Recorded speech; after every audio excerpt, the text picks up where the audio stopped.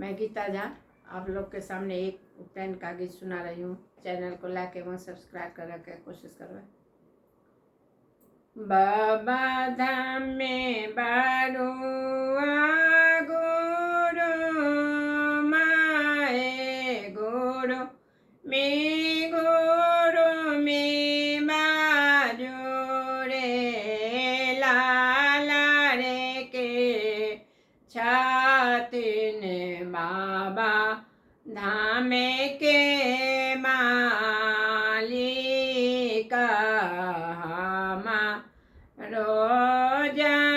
रोजानवा देता है सुतला राली बैजनाथ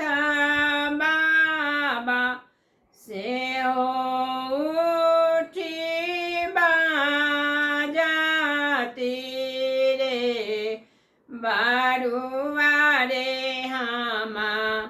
छियाई बाबा धाम के मालिक हमा ही जानवा देबा रे नागरानी काटा मारुआ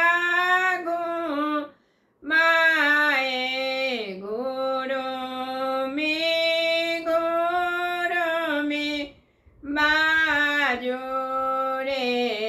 माई के छातिन नागरा के मालिक हमा रोजानवा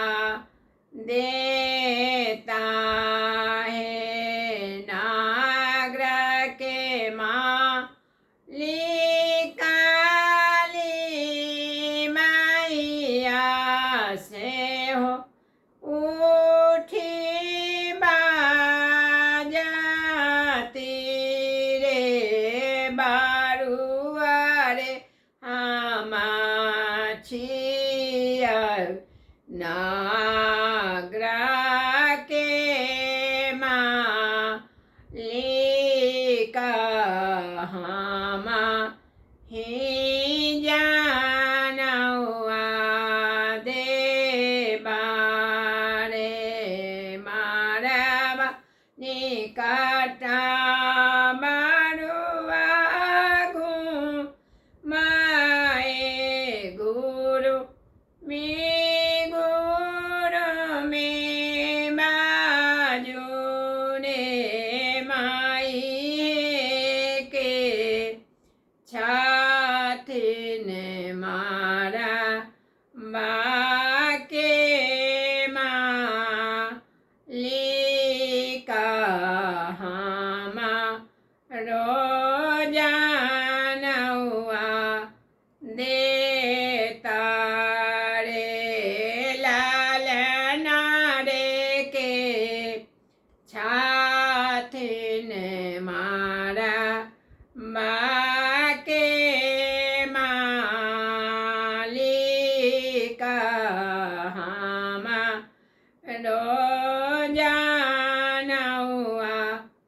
देता रे मारा बाके मालिक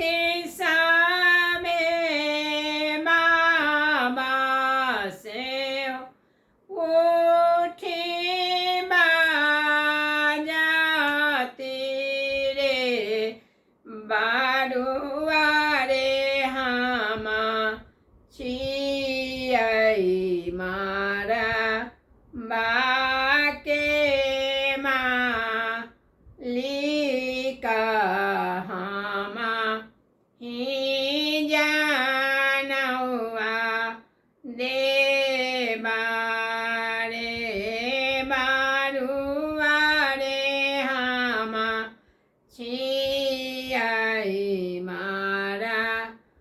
बाके मालिक हमा